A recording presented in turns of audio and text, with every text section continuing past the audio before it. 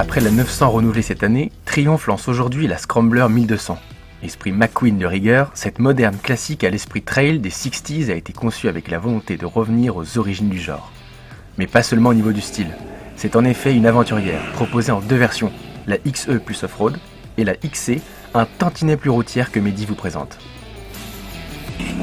Welcome on board this new lady. Et oui, vous êtes à bord de la nouvelle Lady de chez Triumph, la Scrambler 1200, version XC. Donc, déjà, je dois bien avouer que l'accueil, il est royal. C'est Kingdom Palace, cette histoire. C'est vachement bien foutu parce que, en fait, on est très bien assis. La selle est déjà très confortable. Il y a une capacité d'amortissement qui est conséquente. Et puis, le guidon est bien large, mais pas trop. Je me tiens assez droit. J'ai vraiment pas à forcer mon talent. C'est très naturel comme position de conduite, très agréable, ce qui permet de vraiment avoir une très bonne maîtrise. Alors là, bien joué Triumph. Elle est très attachante. Déjà parce que elle est vachement bien finie et fabriquée. C'est une somptuosité. C'est une œuvre d'art qu'on pourrait laisser dans son salon, franchement. Et puis ce moteur, qu'est-ce qu'il est attachant. Ce nouveau 1200 qui a été retravaillé en fait pour se mettre entre celui de la Truxton qui est à 97 bourrins, celui de la T120 qui est dans les 80 chevaux. Là on est à 90 chevaux. Et on a une valeur de couple très intéressante, une plage très large, c'est dingue. En fait, entre 3000 et 6005, ça patatasse. Ce moteur il est très rond, il est très souple.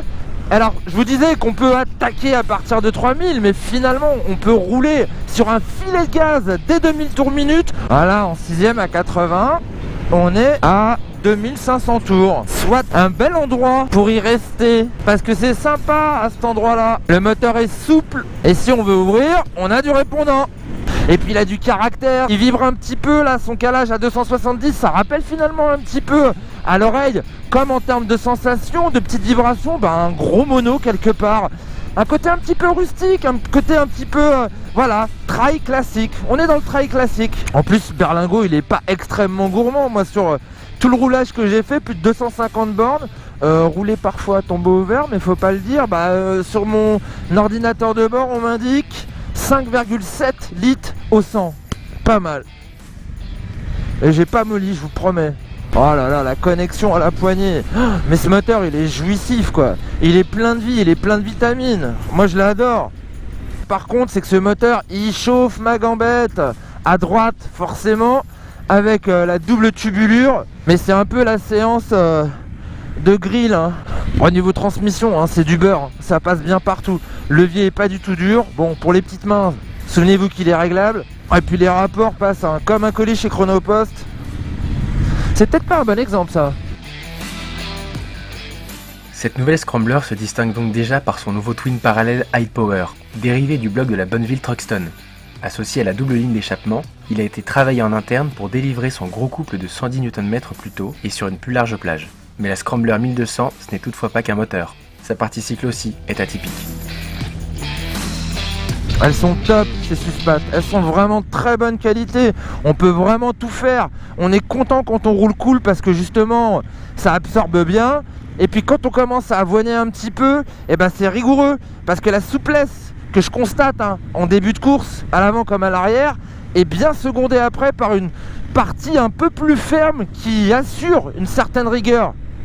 Oh, la tenue de route, elle est irréprochable. Alors si, je suis pas revenu aux limites, vous connaissez, j'aime bien rouler un petit peu fort. Et c'est vrai que dans les virages rapides, parfois on a un petit souci de rigueur, mais vraiment à l'extrême, bien avant. C'est vachement bien fait et on se fait vraiment plaisir. Oh, le freinage. Le freinage, au début je me suis dit des M50 là-dessus les gars, c'est un peu too much. Mais finalement, qui peut le plus, peut le moins, comme dirait l'autre. Et puis quelque part, juste avec un doigt, on a un freinage qui peut être assez conséquent, assez fort. L'attaque, elle est mesurée, là-dessus, il n'y a pas de souci. D'autant plus qu'on peut se régler les leviers à sa main, comme dirait l'autre. Le frein arrière, je l'aime bien aussi parce que il est assez facile à trouver. On a une bonne progressivité. Là, sur la route, avec les Metzeler Tourance, c'est le mariage presque parfait, j'ai envie de dire. On déclenche pas facilement l'ABS et le traction control n'est pas non plus surexcité. Elle est quand même moins trail que la XE, elle est plus routière, elle est plus posée. Il y a un petit peu moins de débattement justement sur les suspensions, ce qui fait qu'on a des transferts qui sont limités au moment des freinages. Et la connexion aussi à la poignée, elle est très fine. Sur la route, c'est super sympa, mais ça l'est encore plus, je trouve, en mode TT. Bah ouais, parce qu'on a fait un petit peu de mode TT avec cette bestiole.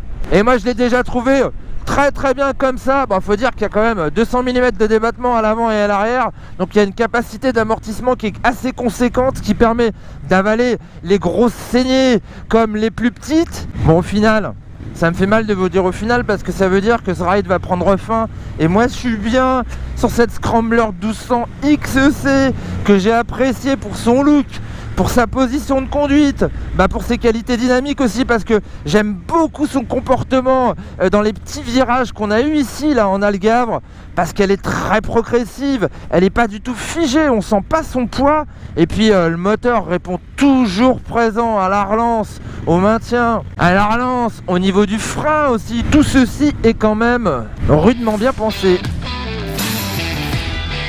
Certes, mais cette débauche d'attention a un prix, 14 800 €. Un tarif sensiblement plus élevé que la concurrence. Toutefois, pour ses aptitudes en tout terrain, cette Scrambler 1200 XC d'entrée de gamme offre indéniablement plus de polyvalence et un look irrésistible, alors que sa qualité de fabrication et ses équipements sont impressionnants.